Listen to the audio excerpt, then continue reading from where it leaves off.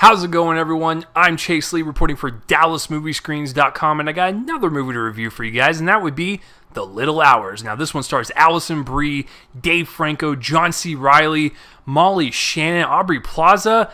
I mean, it's almost poised to be like the best comedy of the year, right? I know what you're thinking. Hold on so far. Let me read the plot to you, because it actually has a pretty interesting plot.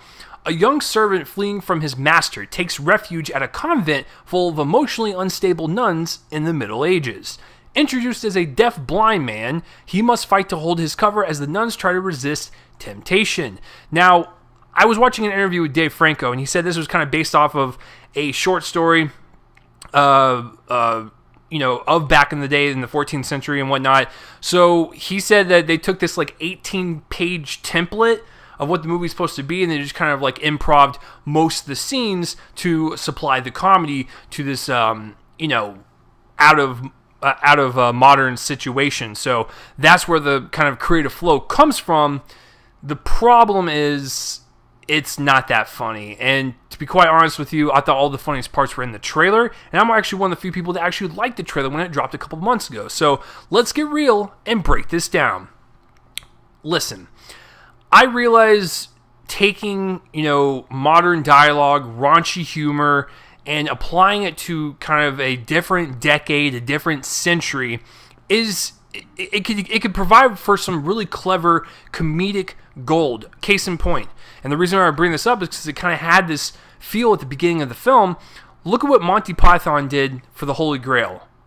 That was a film also in the Middle Ages that had a different style of humor to it that actually worked, and it had like this British dry wit to it, and it sounds like a weird combination on paper, but it works.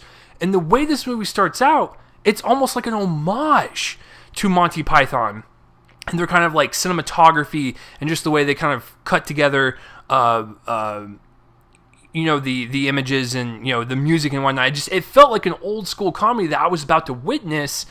The problem is the raunchy comedy and the improv and the free reign that the director had on these actors and kind of just let them do whatever they want. The best way to describe this movie is it's like an overblown, one-note SNL skit porno.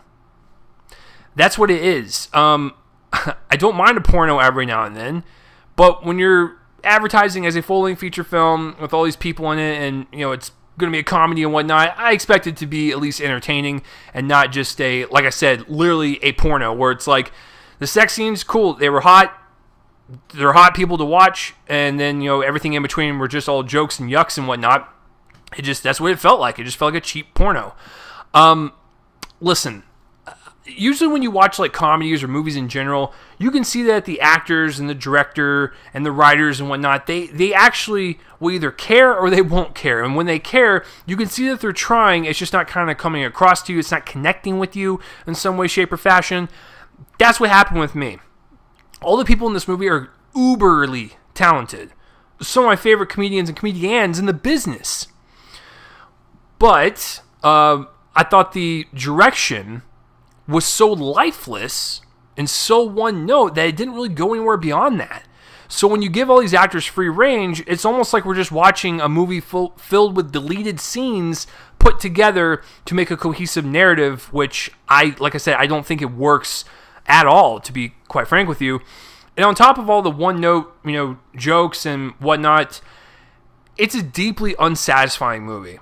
When the movie's over with, first of all, it's a chore to sit through because I maybe giggled or laughed twice, and it was really rough to sit through. So I thought it was a really kind of like slow burn type of comedy, which is not what you want.